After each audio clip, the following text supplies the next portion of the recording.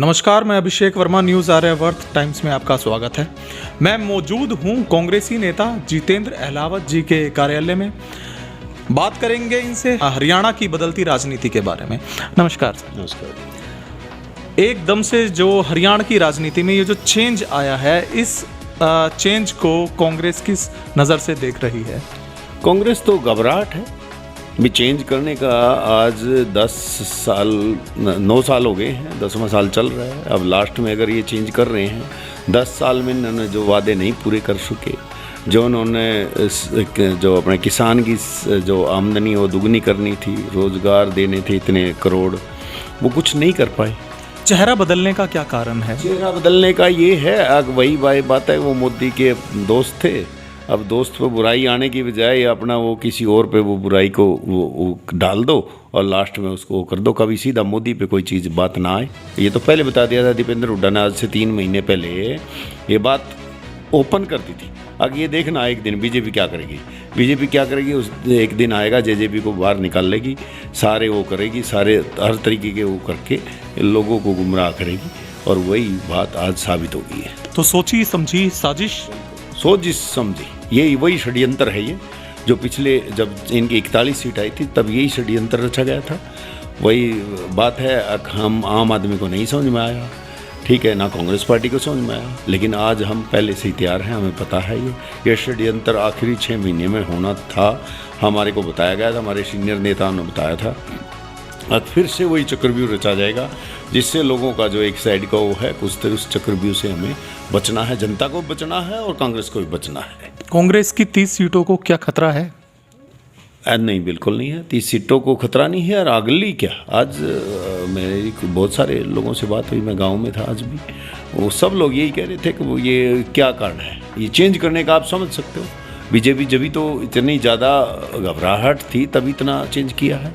अगर आज पूरी कैबिनेट को हटाना बंद करना और उसके बाद फिर नई कैबिनेट तैयार करना, तो एक दिन में ही सारे काम कर रहे, तो घबराहट है। लोकसभा में घबराहट है, विधानसभा में तो और ज़्यादा है।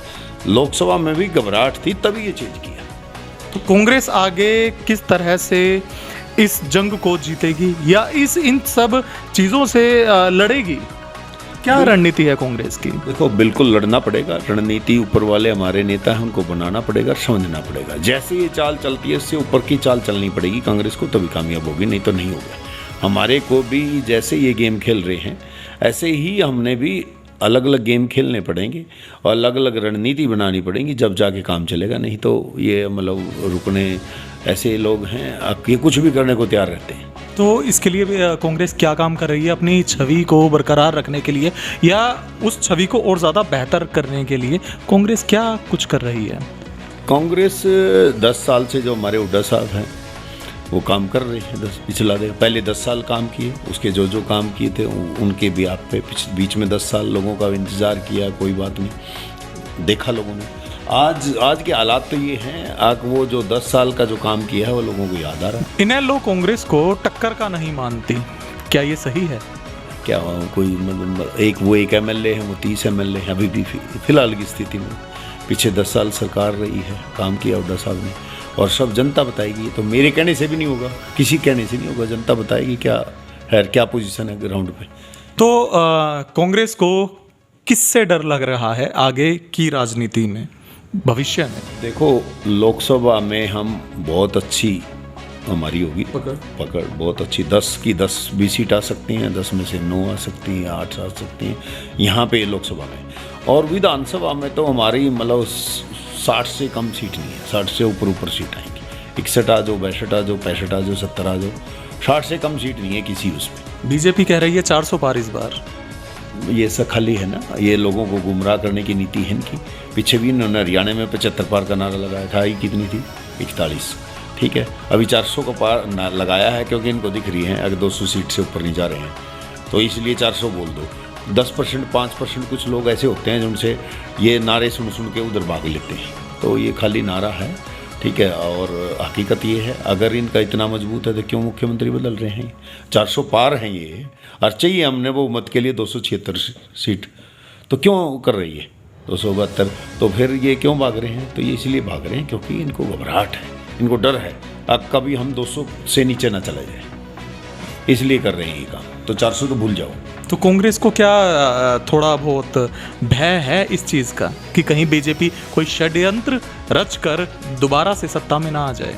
देखो, ये षड्यंत्र, ये तो लगता हमें, इस बात में कोई शक नहीं है कि ये षड्यंत्र तो हर रोज़ रचते हैं, हर रोज़ नया षड्यंत्र होता है, उसी के तहत ये काम करते हैं। इन्होंने काम ग्राउंड पे तो काम करना ही नहीं। षड्यंत्रों में दिमाग रहता है, किस तरीके से नए नए षड्यंत्र रचें, नए षड्यंत्र लेके आएँ, इनका यही मकसद होता है और कोई मकसद नहीं होता। अगर इनका कोई वो है, ये तो बिल्कुल सही बात है, इस बात से हम घबराते हैं, जनता भी घबराती है।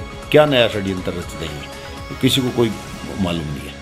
अब जो इतना बड़ा फेरबदल हुआ है इस हरियाणा की राजनीति में, अब जेजेपी का भविष्य क्या देख रहे हैं आप? देखो, जेजेपी का भविष्य तो ख़त्म है। उन्होंने जब उसको डेड मान लिया तभी तो गठबंधन टूटा है। वो भाई उनको ये लग गया ये 0/0 है, आगे इनका कोई नंबर नहीं है, तभी इन्होंने गठबंधन तोड़ा है। और उनको ये लग रहा था बीजेपी को, इनके रहने से हमारे जो हैं, जो मान लो एमपी में 2 सीट आती हों तो वो और घट जाएंगी। इस वजह से इन्होंने ये तोड़ा है, क्योंकि कांग्रेस की वोट को किसी तरीके से बांटा जाए।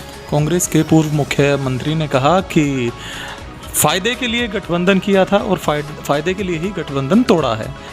बिल्कुल सही बात है। फायदे के लिए इसलिए किया था कि सरकार चलानी थी, 5 साल सरकार बनानी थी, फायदा तो ये किया था।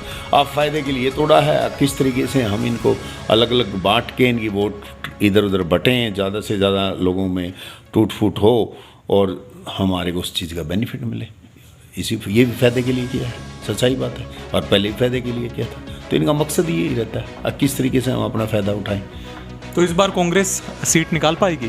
बिल्कुल बिल्कुल, 10 की 10 लोकसभा में उम्मीद है हमें पूरी, और जनता का आशीर्वाद मिलेगा, और विधानसभा में 60 से ऊपर सीट मिलेंगे हमें।